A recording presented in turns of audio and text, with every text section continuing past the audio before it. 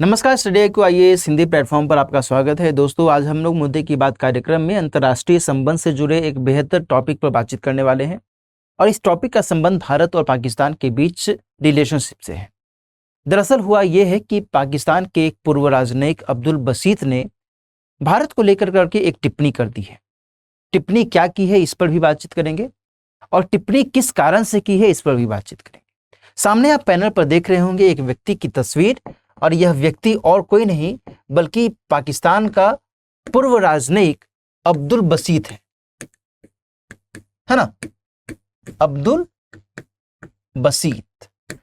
इसने टिप्पणी यह की है कि जम्मू कश्मीर के पूंछ में जो आतंकी हमला किया गया, इस हमले के बाद हो सकता है कि आने वाले समय में एक बार फिर सर्जिकल स्ट्राइक पाकिस्तान में हो और पाकिस्तानी क्षेत्र में, पाकिस्तान में इस तरीके का जो भय है, इस तरीके की आशंका जताई जा रही है। ये बातें इन्होंने की है। ठीक है, इसी को लेकर करके आज की चर्चा में हम लोग विस्तार से बातचीत करेंगे। चर्चा को और विस्तार देने से पहले आप सभी के लिए एक और महत्वपूर्ण सूचना यह है कि study IQ IAS Hindi foundation course का जो बैच 4 है, ये शुरू हो चुका है 22 अप्रैल से। 30 अप्रैल को इस बैच में एडमिशन की अंतिम तिथि निर्धारित की गई है। यदि आपने अभी तक इसमें एडमिशन नहीं लिया है तो देरी क्यों कर रहे हैं, जल्दी से एडमिशन ले लीजिए और इस बैच का लाभ उठाइए। इस बैच में GS के कंप्लीट पाठ्यक्रम को तैयार किया जा रहा है, तैयार करवाया जा रहा है। लगभग 1000 प्लस घंटे की क्लासेज हैं, अलग अलग विषयों के लिए अलग अलग शिक्षक हैं, है ना।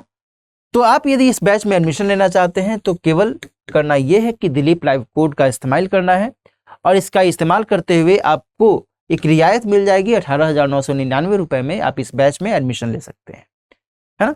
तो जल्दी कीजिए क्योंकि सीमित समय के लिए ही अब इस बैच में एडमिशन ओपन है। इसके बाद तो फिर इस बैच में एडमिशन क्लोज हो जाएगा। ठीक है, तो ये एक महत्वपूर्ण सूचना है। अब हम लोग जल्दी से उस महत्वपूर्ण सूचना पर आ जाएं जिसको लेकर करके आज की चर्चा में हम लोग बातचीत कर रहे हैं। तो हुआ ये दोस्तों कि 20 अप्रैल को जम्मू कश्मीर के पूंछ एक जिला है जम्मू कश्मीर में जो कि पीर पंजल घाटी वाले क्षेत्र में पड़ता है ना। पीर पंजल, आपने पीर पंजल का नाम सुना होगा जब आप भूगोल पढ़ते होंगे।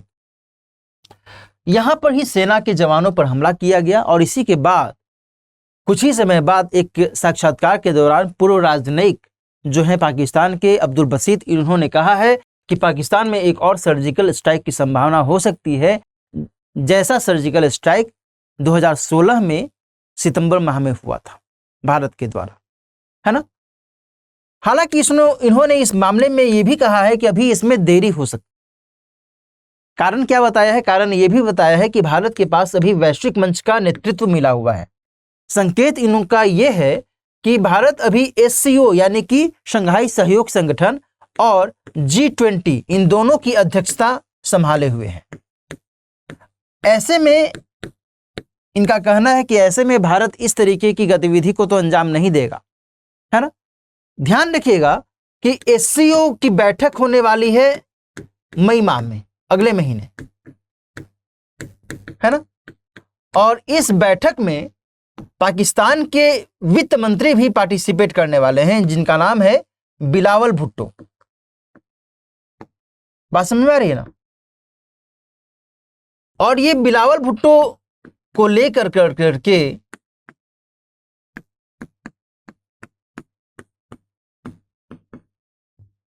S जयशंकर साहब ने, जो भारत के विदेश मंत्री हैं, है ना, इन्होंने एक बात कह दी है पूरे मामले में, है ना। बात क्या कही है? इनका यह कहना है, S जयशंकर साहब का, जो भारत के विदेश मंत्री हैं, इन्होंने कहा है कि भाई इस तरीके की जो वारदातें हो रही हैं, पूंछ में आतंकी हमला किया जा रहा है, तो बिलावल भुट्टो के आगमन को हम किस नजरिए से देखें और हम इनसे किस नजरिए से बातचीत करें, हम किस आधार पर इनके साथ संपर्क साधेंगे इस बैठक में, SCO की बैठक में, है ना। एक क्वेश्चन मार्क यहां पर उभर रहा है और एक आक्रोश की भावना भारतीय मीडिया में, भारतीय जनता में देखी जा रही है। क्लियर? दूसरी तरफ भारत G20 की भी अध्यक्षता कर रहा है और G20 के पर्यटन से संबंधित प्रतिनिधियों का एक आयोजन होना था मई 2023 में ही, यानी कि अगले माह में ही। कहां पर? तो जम्मू कश्मीर में। तो यह भी कहा जा रहा है कि जम्मू कश्मीर की छवि को बदतर करने की कोशिश की जा रही है इन हमलों के माध्यम से, और साथ ही इससे भारत की छवि को भी बदतर करने की कोशिश की जा रही है ना। जाहिर सी बात है, जब इस तरीके का हमला होगा तो G20 के बाकी जो सदस्य देश हैं उनको तो खतरा महसूस होगा ही ना। जब उनको खतरा महसूस होगा तो फिर वे भारत में रहना चाहेंगे या भारत से भागना चाहेंगे। और भारत के प्रति उनके मन में क्या छवि बनेगी? यही बनेगी कि भाई यहाँ पर तो संकट ही संकट है, यहाँ पर आना ठीक बात नहीं है ना। तो ये चिंताएं यहाँ पर उभर रही हैं। हालांकि जो अब्दुल बसीत है, इसने ये कहा कि अभी तो नहीं सर्जिकल स्ट्राइक होगा, लेकिन अगले वर्ष जब भारत में आम चुनाव होने की स्थिति बनेगी तो उस समय हो सकता है कि सर्जिकल स्ट्राइक को अंजाम दिया जाए, है ना।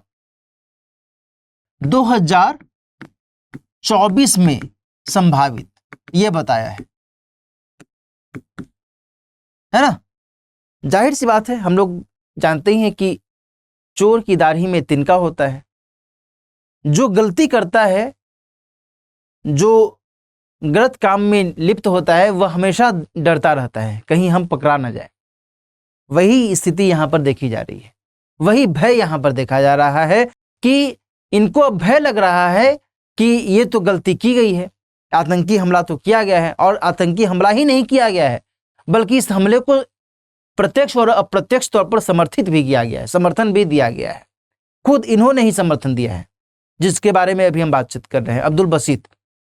इन्होंने यहां तक कहा कि ये हमला जो किया गया ये इंटरनेशनल कानून के अनुकूल ही है, क्योंकि ये हमला सिविलियंस पर नहीं किया गया है बल्कि आर्मी पर किया गया है। और ये जो आतंकी गुट है, इनकी अपनी कुछ मांगे हैं, कुछ डिमांड से कुछ अधिकार हैं, उनके लिए ये हमला कर रहे हैं, तो इसमें कोई दिक्कत वाली बात नहीं होनी चाहिए।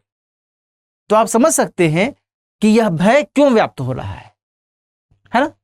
और इस पूरे मामले में भारत जो है किस तरीके से आगे आने वाले समय में पेश आ सकता है, यह देखने वाली बात। इस तस्वीर से आप इस हमले को समझ सकते हैं। यही पूंछ में यह हमला किया गया था, है ना। और इसी के साथ से मैं एक और तस्वीर मैंने आपको दिखाई है कि कश्मीर में G20 की बैठक होने वाली है मई में, और उसी की ये तैयारी चल रही है ना।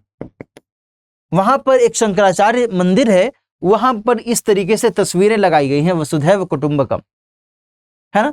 दोनों तस्वीरें एक दूसरे के विरोधाभासी प्रतीत हो रही हैं। दोनों ही तस्वीरें जम्मू कश्मीर की ही हैं, एक पुंछ जिले की है और एक यहां पर शंकराचार्य मंदिर की है ना। तो आप इससे समझ सकते हैं कि भारत की क्या मंशा है और पाकिस्तान की क्या मंशा रही है। इस मामले में ध्यान रखिएगा कि बीते साल में ही पाकिस्तान को FATF financial action task force की ग्रे लिस्ट से बाहर किया गया था, और इसी आधार पर बाहर किया गया था कि पाकिस्तान जो है ये AML यानी कि एंटी मनी लॉन्ड्रिंग और CFT यानी कि combating against financing of terrorism, आतंकी वित्तीयन के अगेंस्ट में मुकाबला और मनी लॉन्ड्रिंग के अगेंस्ट में पाकिस्तान की अच्छी स्थिति देखी गई, है ना। तो इसी कारण से इसको ग्रे लिस्ट से बाहर किया गया था कि भाई आप आतंकी गतिविधियों में शामिल नहीं होते हैं, आतंकियों को आप वित्त पोषण नहीं करते हैं, है ना, नहीं कर रहे हैं, और इसी के आधार पर हम आपको ग्रे लिस्ट से बाहर कर रहे हैं। लेकिन जब ऐसी स्थिति पनप रही है तो फिर एक प्रश्नवाचक चिन्ह यहां पर खड़ा होता है कि क्या पाकिस्तान को FATF की ग्रे लिस्ट से बाहर करना एक सही फैसला है? क्या इसको सही माना जाना चाहिए? क्या इस पर फिर से शिकंजा कसा जा सकता है? क्या पाकिस्तान के अगेंस्ट में भारत फिर से FATF में जाएगा? इस तरीके के सवाल निश्चित तौर पर उभर रहे हैं, है ना। ध्यान रखिएगा कि अमेरिकी इंटेलिजेंस एजेंसी ने भी संकेत किया है कि भारत का पाकिस्तान और चीन के विरुद्ध सैन्य मजबूती पर जोर हो रहा है। भारत चीन और पाकिस्तान के अगेंस्ट में अपनी सेना को, अपनी मिलिट्री ताकत को और बेहतर करने की कोशिश कर रहा है, और निश्चित तौर पर कर रहा है, करेगा ही। एक तरफ पाकिस्तान और एक तरफ चीन दोनों ही भारत को दबोचने की कोशिश करेंगे, भारत की सुरक्षा में सिंध लगाने की कोशिश करेंगे, तो फिर भारत भी अपने स्तर पर प्रत्युत्तर देने के लिए तो तैयार होगा ही ना। शांत तो बैठना सही बात नहीं होगी, है ना। तो इस बात को भी यहाँ पर अमेरिकी इंटेलिजेंस एजेंसी ने संकेतित किया है। तो आज की चर्चा में जो हमने सीखा वो ये सीखा कि पाकिस्तान के स्तर पर क्या गतिविधियां अपनाई जा रही हैं, और इन गतिविधियों के मद्देनजर भारत अभी इस मामले में क्या विचार कर रहा है, भारत के समक्ष में क्या आने वाले समय में कुछ अवसर हैं G20 और SCO की अध्यक्षता को मद्देनजर रखते हुए, और इस कंटेक्स्ट में भारत आगे क्या भूमिका निभा सकता है। तो इसके आधार पर आप इस पूरे विषय को समझ सकते हैं। आज की चर्चा अब हम लोग यहीं पर समाप्त करते हैं। इस चर्चा को समझ करके आप कमेंट सेक्शन में बता सकते हैं कि आपको यह चर्चा कैसी लगी, और यदि आपको आज का यह डिस्कशन अच्छा लगा तो आप अपने दोस्तों के साथ भी शेयर कीजिएगा। मिलते हैं किसी और महत्वपूर्ण टॉपिक में, किसी और महत्वपूर्ण मुद्दे के साथ। अपना ख्याल रखिए। All the best.